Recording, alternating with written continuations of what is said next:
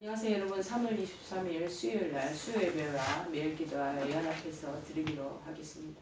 다같이 우리 하나님께 사도신경 고백합니다.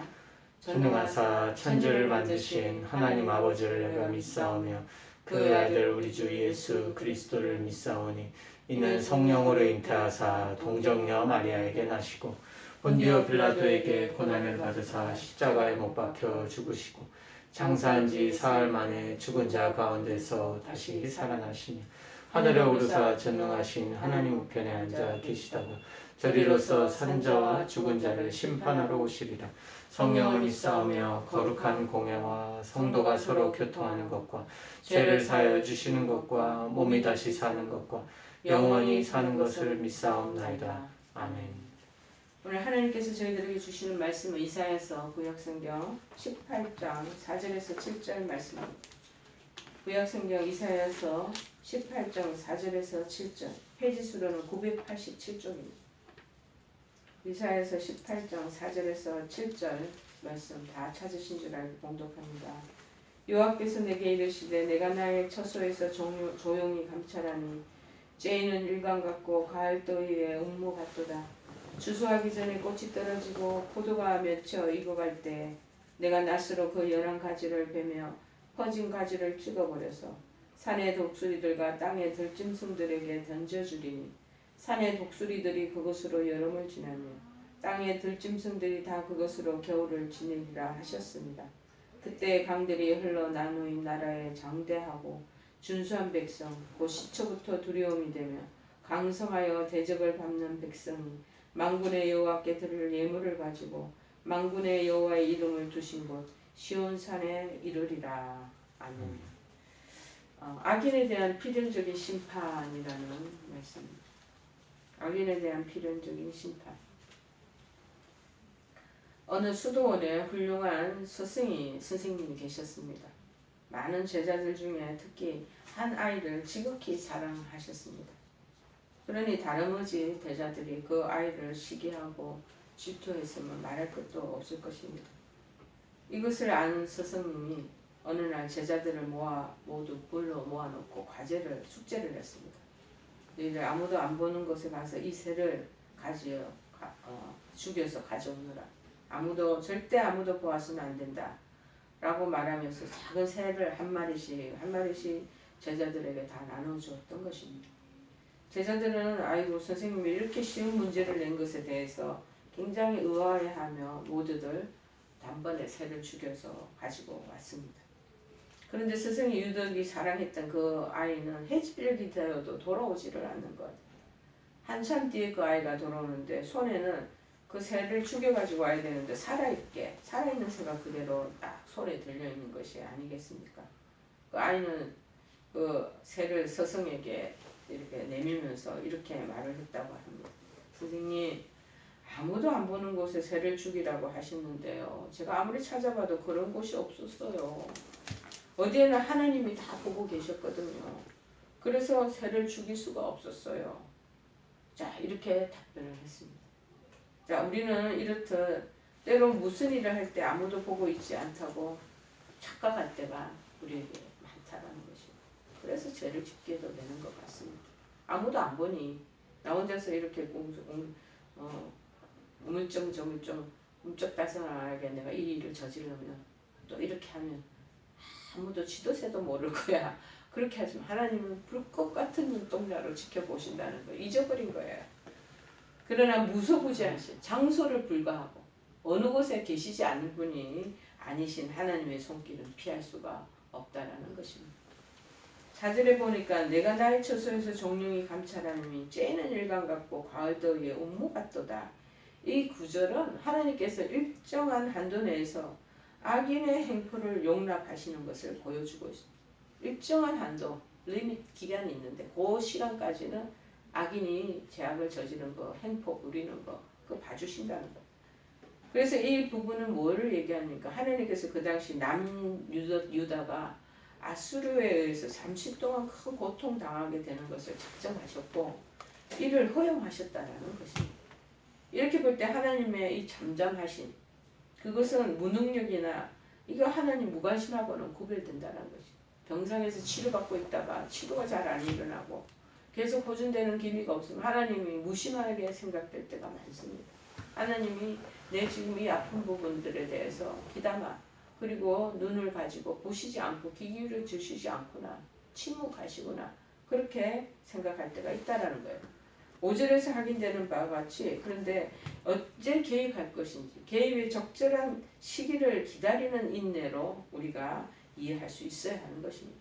마치 추수 직전에 그 과일이 적당하게 해와 바람을 맞으면서 잘 여물어져야 되지 않겠습니까? 풋사과를 어떻게 딸 수 있어요?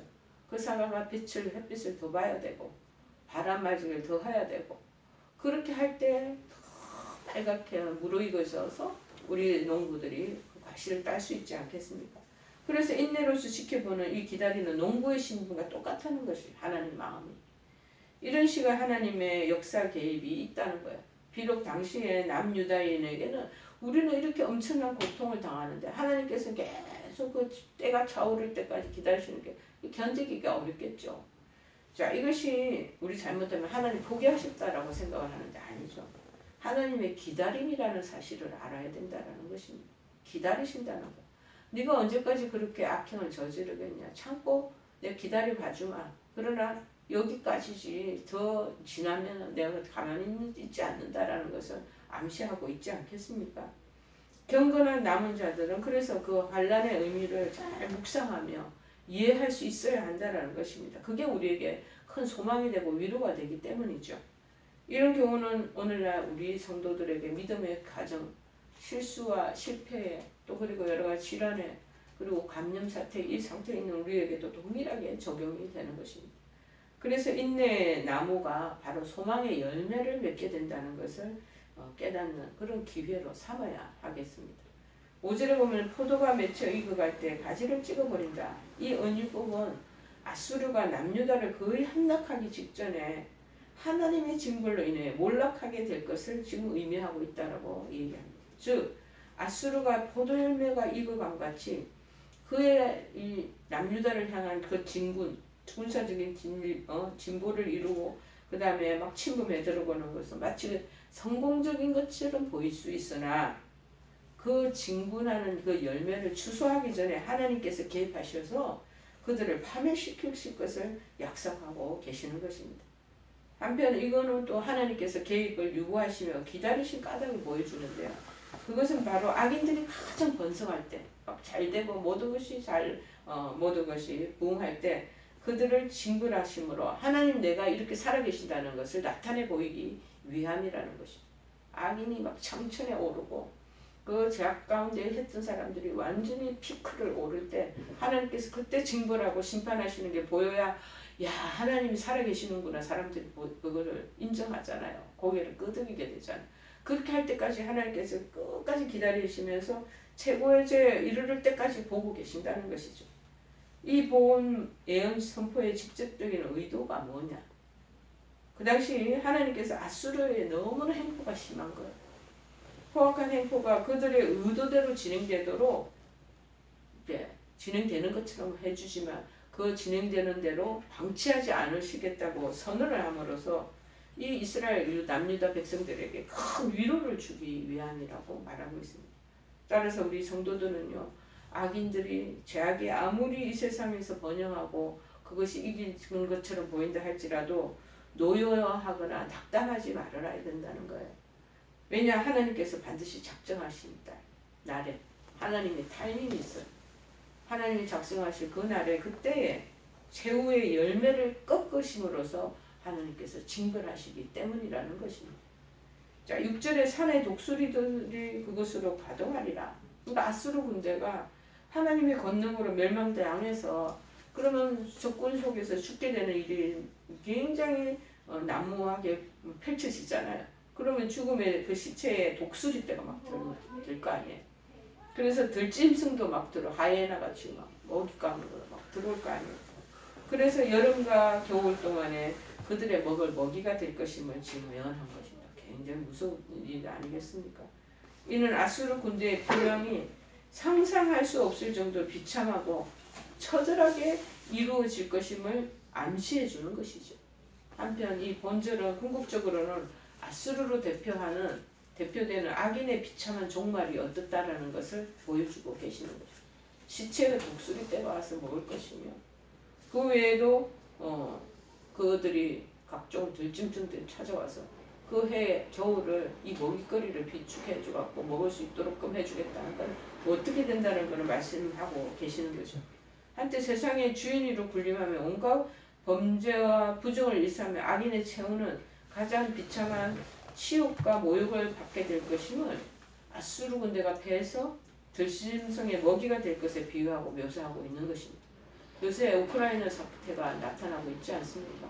이 러시아 군대가 끝없이 이 우크라이나 선민 아무 죄도 없는 사람들을 지금 폭격하고 그 도시를 함락하고 정말 전복시키기 위해서 원전 차지하기 위해서 애를 쓰고 있는 것. 하나님이 보고 계시기만 하시겠습니까? 언젠가는 이 부분에 대한 하나님께서 그 대가를 징벌하시기 위하여 지금 기다리고 계시는 것이 아닌가 그런 마음이 듭니다. 그래서 7절에 그때 만군의 여호와께 드릴 예물을 가지고 시온산에 이르리라. 아수르 군대가 멸망당할 때 그 광경을 목격한 주변 나라들 있잖아요. 주변에 우리나라 유럽 지역에 있는 사람, 미국들 있지 않습니까? 그때 이 광경을 목격한 구스인들이 있어요. 구스인이 지금의 에티오피아 이 사람들이 하나님의 권능을 정말 깨달아서 자발적으로 너무 고맙습니다. 감사합니다. 하나님께 경배드리기 위해서 많은 예물을 준비해서 예루살렘에 이를 것임을 예언하고 있습니다.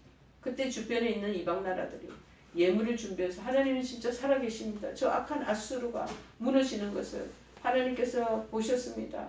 하나님께서 남유다를 살리셨습니다. 우리도 옆에서 지켜보니 정말 하나님이 위대하십니다 하고 예물을 가져올 거라는 거예요. 이때 시편 기자가 방백들은 애굽에서 나오고 구스인은 하나님을 향하여 그 손을 신속히 들리라 라고 한 말과 그 내용이 시편 68편 31절에 나오거든요. 그 내용하고 동일합니다. 궁극적으로 예수 그리스도께서 권능으로 재림하셔서 원수 사단을 진멸하시는 광경을 목격한 세계 만방의 그 민족들, 지금 우크라이나 사태도 모든 사람들이 다 주목하고 있잖아요. 저희들 한국 기독의사에서는 지금 전부 다 지금 헌금들을 지금 그 우크라이나에 보내기 위해서 헌금 모금을 하는데 많이들 참여하고 계시더라고요. 그래서 그 권능 앞에 무릎 꿇고 자발적으로 경배 드리기 위해서 새 예루살렘으로 모이게 되는 사건을 예언하고 있는 것이 보입니다. 여러분, 일반적으로 무신론자들은 신의 존재 절대 인정하지 않습니다. 신의 섭리를 거역하는 악인이 징벌당하지 않고 당당히 존재하고 있다고 그들은 생각합니다. 실로 많은 사람들이 악한 자의 징벌이 왜 속히 이루어지지 않는가 많은 사람들이 공통적으로 의문을 품고 있죠. 그러나 우리는 하나님의 계획과 섭리는 우리 인간이 이해하기는 너무나 신묘하고 놀라운 것임을 인정해야 합니다. 지금 우리나라 북한 남북 지금 대치하고 있는 북의 김정은 같은 경우는 시진핑이 지금 완전 독재로 대만과 홍콩을 지금 넘나들기 위해서 지켜보는 그 상황이나 러시아가 지금 우크라이나나 그 외 소연방 그 국가들을 지금 눈여겨보는 거 이런 거 우리 왜 하나님이 직접적으로 저들을 공격하고 하나님께서 무너뜨리지 않게 하시나 하고 우리도 궁금하죠. 자, 그러나 공의로우신 하나님께서는 악인의 죄악을 절대로 묵과하시지 않는다는 것입니다. 지금 당장 악인에 대한 보응이 이루어지지 않더라도 악인에 대한 심판은 필연적으로 역사적인 상황에서 보면 이루어진다는 것을 우리가 봐야 됩니다. 이것은 하나님의 약속입니다. 그러면 이 본문에서 악인에 대한 심판을 하나님께서 어떻게 행하시는지 한번 살펴보면 첫째, 악인의 죄악을 빠짐없이 감찰하고 계신다는 것입니다. 자, 어떻게 감찰하시는가? 그 하나님의 눈길을 이렇게 표현합니다. 쬐는 일광 같고 가을 더위에 운무 같다. 내리쬐는 일광, 즉 태양빛과 가을밤에 이슬로 그 화하는 운무, 이게 떠들썩하지도 않고 천둥이나 번개처럼 요란하지도 않고 그러나 낮에는 태양빛이 내리쬐는 것처럼 보고 계신다는 거예요. 그리고 밤에는 운무, 안개같이 이 운무가 쫙 내리는 것 같이 계속해서 소리 없이 반복되면서 나아가는 것을 보고 계신다는 거예요. 악인의 죄악을 지켜보시는 하나님이 똑같다는 거죠. 악인이 교만한 얼굴로 말하기를 여호와께서 이를 감찰하시지 아니한다 하면서 그 모든 사상에 하나님 없다. 하나님 어디 계시냐? 우리가 최고야. 우리가 하는 일이 전략이 맞아떨어져. 우리가 하는 방식대로 살면은 될 수 있는 모든 것이 성공적으로 끝날 수 있어 라고 얘기하지만 잠언 15장 3절에는 이렇게 말합니다. 여호와의 눈은 어디서든지 악인과 성인의 일을 감찰하시느니라. 자, 그리고 주님의 때가 이르면 그 행한 대로 보응하신다고 말하고 있습니다. 로마서 2장 6절에 말합니다. 하나님께서 각 사람에게 그 행한 대로 보응하시되 그렇게 말합니다. 어찌 하나님께서 악인들을 즉각 징벌하지 않으신다고 해서 비웃고 혹은 원망하겠습니까? 하나님을 향한 그 비웃음과 원망조차 하나님께서는 놓치지 않고 감찰하고 계신다는 것입니다. 두 번째는 뭐냐? 악인의 죄악이 관영하기까지, 그러니까 물이 차오르기까지 기다리신다는 거예요. 하나님께서 택한 백성을 징계하시는 목적은 정말 그들이 회개하고 죄악의 길을 떠나게 하시는 것이 목적입니다. 그러나 악인에 대한 심판의 목적은 이와는 좀 다릅니다. 하나님께서 악인을 심판하실 때는요, 그들이 완전히 멸망하도록 철저하게 징벌하십니다. 바사 왕에게도 하는 것이 그 가족 모든 것을 다 하나님께서 치시잖아요. 그 씨앗도 다 말려버리시는 겁니다. 여러분, 그들이 멸망하는 이라는 심판을 받는다고 해도 아무런 번영도 할 수 없을 때까지 그들의 죄악을 참고 기다림을 보시는 겁니다.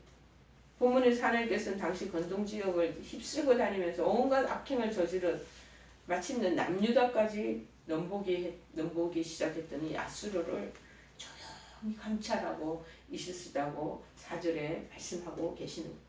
자, 여호와께서 내게 이르시되 내가 나의 처소에서 조용히 감찰하니 조용히 지켜보신다는 거예요. 그게 더 무서워.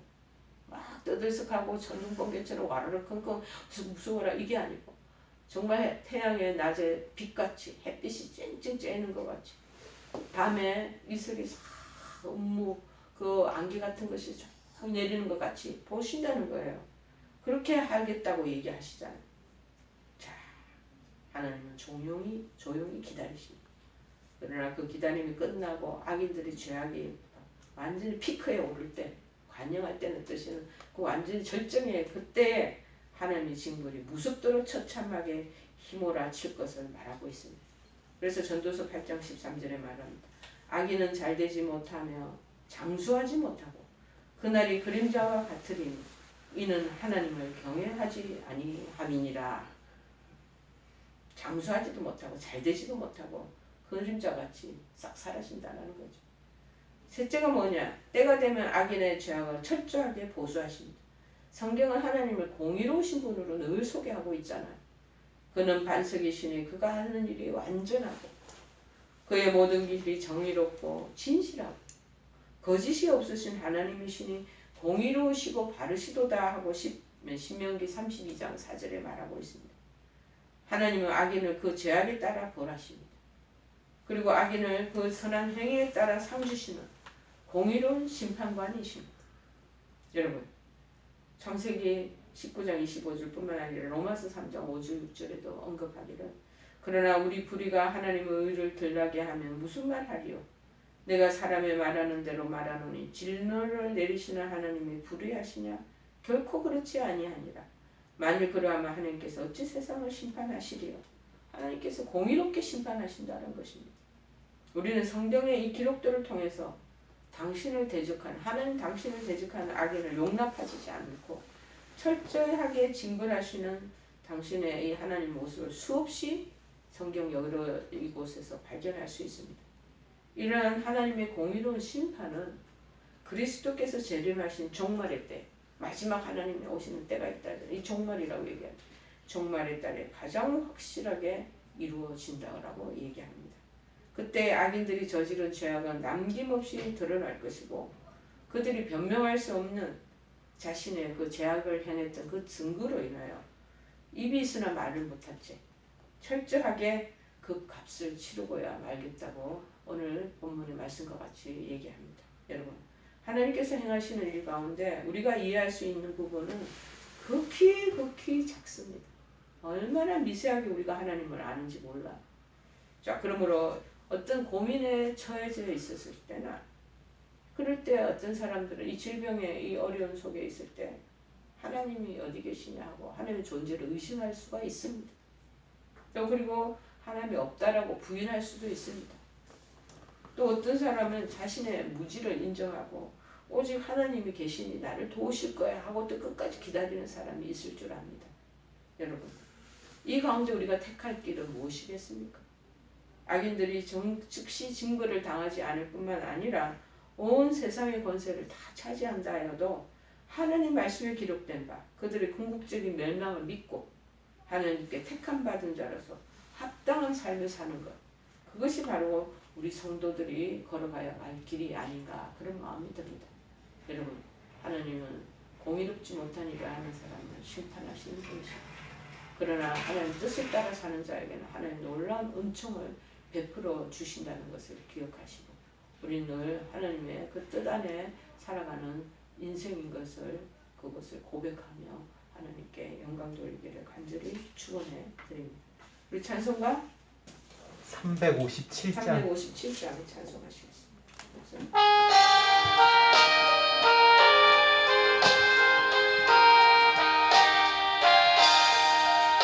주 믿는 사람 일어나 다 힘을 아파요. 이 세상 모든 마귀를 다쳐서 멸하세. 저 앞에 오는 적군을 다 싸워 이겨라. 주 예수 믿는 힘으로 온 세상 이기네. 믿음이 이기네. 믿음이 이기네. 주 예수를 믿음이 온 세상 이기네. 온 인류 마귀 괴율로 큰 죄에 빠지니 진리로 띠를 띠고 손을 기도드리세. 참 믿고 의지하면서 겁없이 나갈 때 주 예수 믿는 힘으로 온 세상 이기네. 믿음이 이기네. 믿음이 이기네. 주 예수를 믿음이 온 세상 이기네.